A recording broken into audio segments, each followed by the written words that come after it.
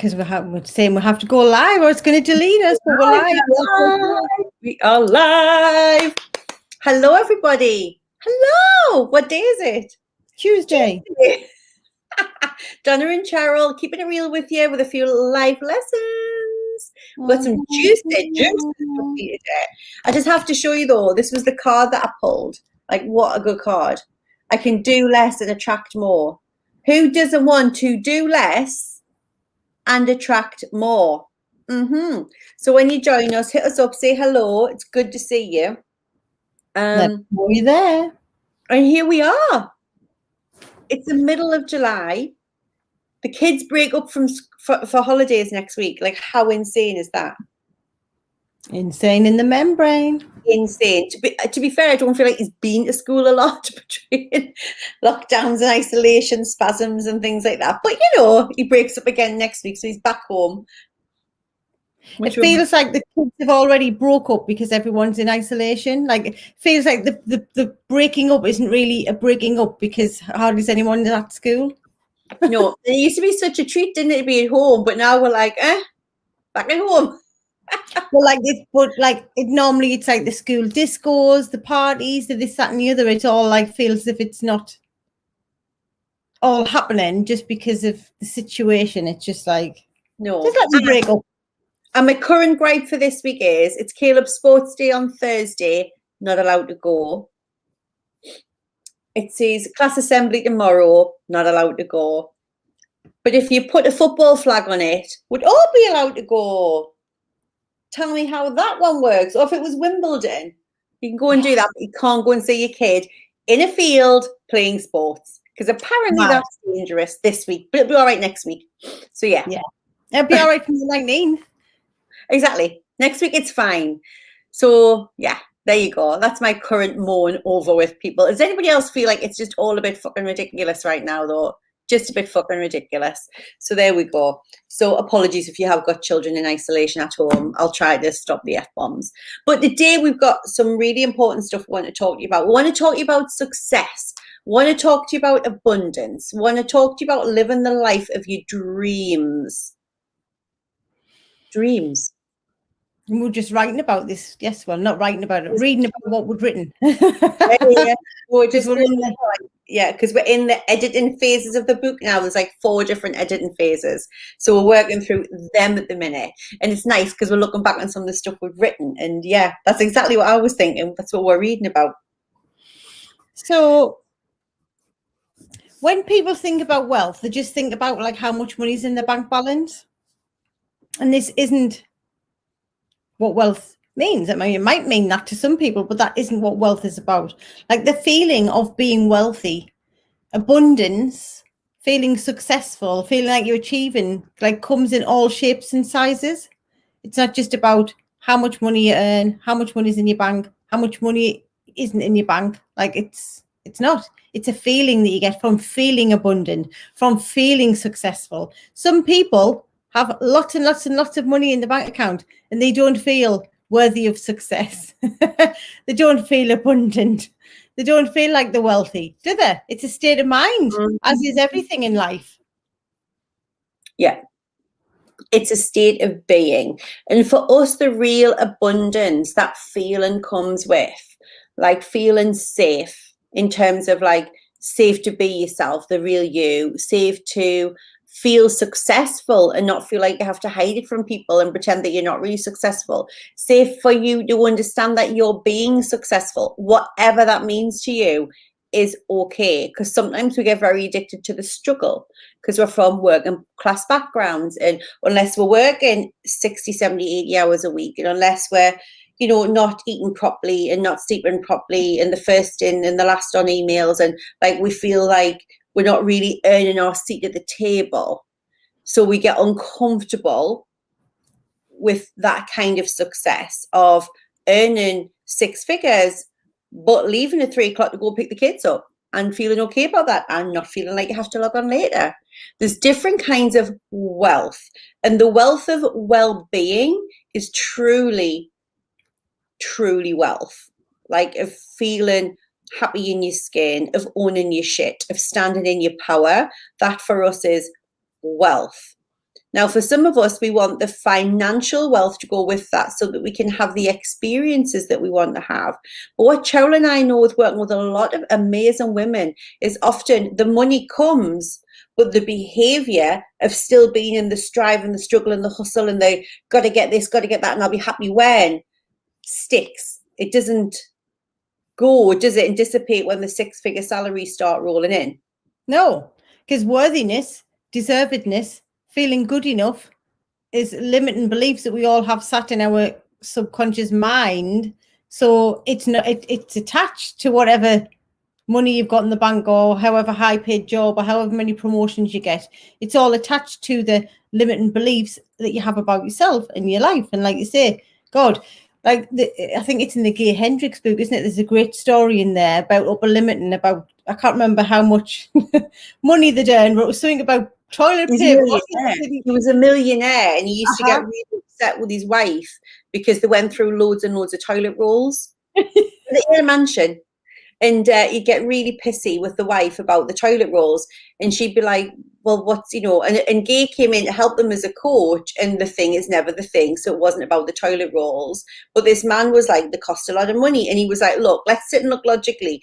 Do you know how many toilet rolls you'd have to buy to like spend the money that you've got in the bank? And it was like, he could buy 5,000 packs of toilet rolls for the next million years, and he still wouldn't have touched the interest on the money or something like this. And the penny dropped for the guy, but he was like, but where is the scarcity and the lack and the not enoughness coming from? And he had a really strong limiting belief that he would lose everything coming from his childhood. So it's like we all have these things. I know I've shared this story a lot of the time when I was very lucky. Well, wasn't lucky. I worked hard. I got a really good job from leaving uni, and I bought my first house when I was 23 in the middle of a recession. And I cried every night in the bathtub for like weeks because I just kept thinking I would lose it, because my parents didn't own their own home. My grandparents, it was like, that wasn't normal for me. So I had to really acclimatize to what this new normal was. And then I think, well, I'll be happy when I've been for a year, and then I'll know that it's my house. But then after a year, it's like, well, I'll be happy if I just get a bit more money, and then I've got a bit more in the, and this is the thing, is when we are, when we don't do the work on the limiting beliefs, we always think that the next thing will be the thing that'll make us feel content and fulfilled and happy. And unless you do the work, which is in the Wealth Without the Hustle Masterclass on Thursday night, we're going to be teaching you more about some of the strategies that you can employ in order to work out what these beliefs are, and to kind of really get under the skin of them and to start to move them and shift them. Because unless you transmute them, you're always going to have just a different version of whatever you've got now.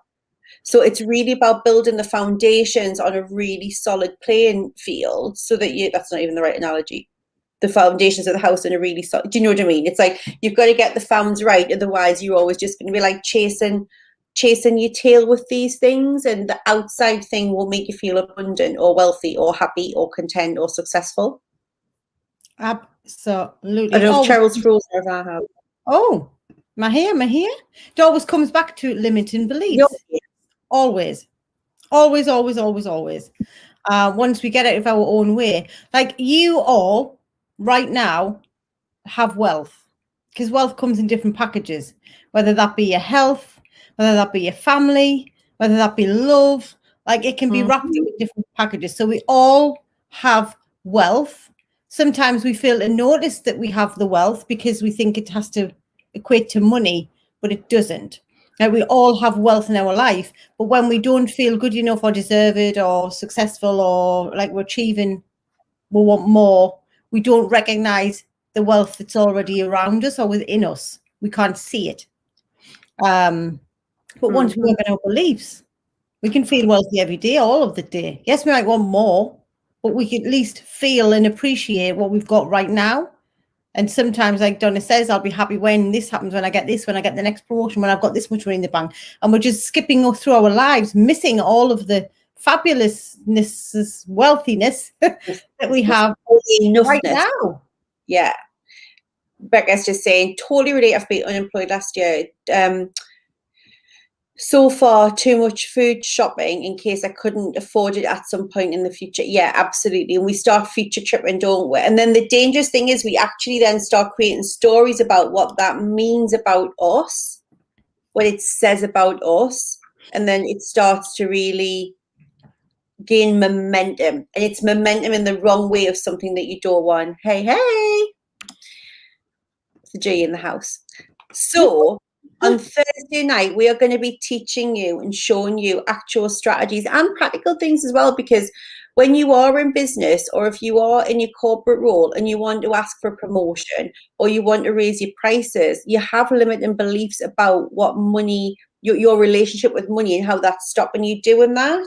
So what we see is women working harder and harder and harder and harder and harder to actually get the financial independence that they want, when actually they could work less and earn more if they had the right inner work, inner mind game going on to help them with that.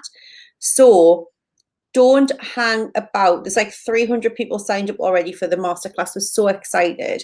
So it's on Thursday night at 8 o'clock. If you can't make it live, do you get a replay? Yes, you do, if you've registered for it. But we won't be sending the replay out in our emails unless people are already registered. So, but we want you there live. You get to ask questions. You know, we've got so much packed into this session for you. It's going to blow your socks off. We've only done this one once before. We did it back in March. And quite a few people said it literally totally transformed how they felt about themselves, their business, their life, their money mindset. And we know it can do the same for you if that's what you're ready for and you want to transform what you think is your potential when it comes to wealth, when it comes to abundance, when it comes to your potential. Like, what is it that you want to have happen? Let's start dreaming big. Let's start creating more limitlessness. Yes, yes, yes. Deborah's so in. Yes, yes, yes, yes, yes, yes, yes. We all deserve whatever our hearts desire. Love, money, travel, freedom, abundance, like experiences, everything. It's just there waiting for us to claim it. Absolutely. And I know people say it's not all about money, and it isn't. Like, I've been in a position where I've had money and been unhappy, and I've been in a position where I've had money and been really happy. But I have to say, and Cheryl knows like how I feel about this. Like, I remember as a young 20-odd-year-old girl, when I was asked in a job interview actually like what I wanted money for, and I remember saying like I wanted to help buy my mum and dad a house. Like, that was my goal, to be able to contribute to those things. And I've been able to do amazing things over my career, like buy them a new kitchen, buy them Gucci watches, you know, take them on holiday, like for the very first time together on a holiday. Like, I was able to do those things. And for me, like, having that freedom to be able to have these amazing experiences and to be able to do things for people, like, it's just the best feeling in the world. And it's not, you know, I'll and ah still over buying myself something. But, you know, if Cheryl says, can I have that, we'll be like, yeah, have it. You know what I mean? And I think as women, it's lovely to be in the position where you can do that for the people that you love, where you can have these experiences. And Cheryl going off to, you know, on first class, COVID willing, to New York for Graham's 50th, like on a first class flight. Like, it's stuff like that. It's like those experiences that you dream of when you're little, to be able to actually do them and to create that experience as a grown up feels pretty amazing. But what tends to happen is, as women, we feel guilty. I've got so many of our clients that feel guilty spending on themselves. They feel okay with it for somebody else, and when they get something in, they spend it on someone else, but they feel guilty about spending on themselves. Like, hell to the no. Like, we want to be able to do whatever we want and be okay with it, because that's okay. It's like, it's about you deciding, you choosing, but you doing it with that clear, unapologetic set of beliefs and consciousness that knows that you can call in whatever it is that you want. So Thursday night is about you getting real with the stuff that's in the way of that, whatever that is for you, and taking the steps away to start applying it so that you create into reality the life that you want on your terms. Yes, yes, yes, yes, yes, sister. There's your link. Make sure that you're sharing it around. Make sure you give it to your friends. Make sure you share it with your girls. let's start being unapologetic about our desires. Let's start claiming them. Let's start living them. Let's start raising the fucking wealth vibration across the globe, ladies. Someday somebody's gonna make you want to turn around and say goodbye. Till then, baby. Let's face it, there's going to be music on Thursday night. So Exactly.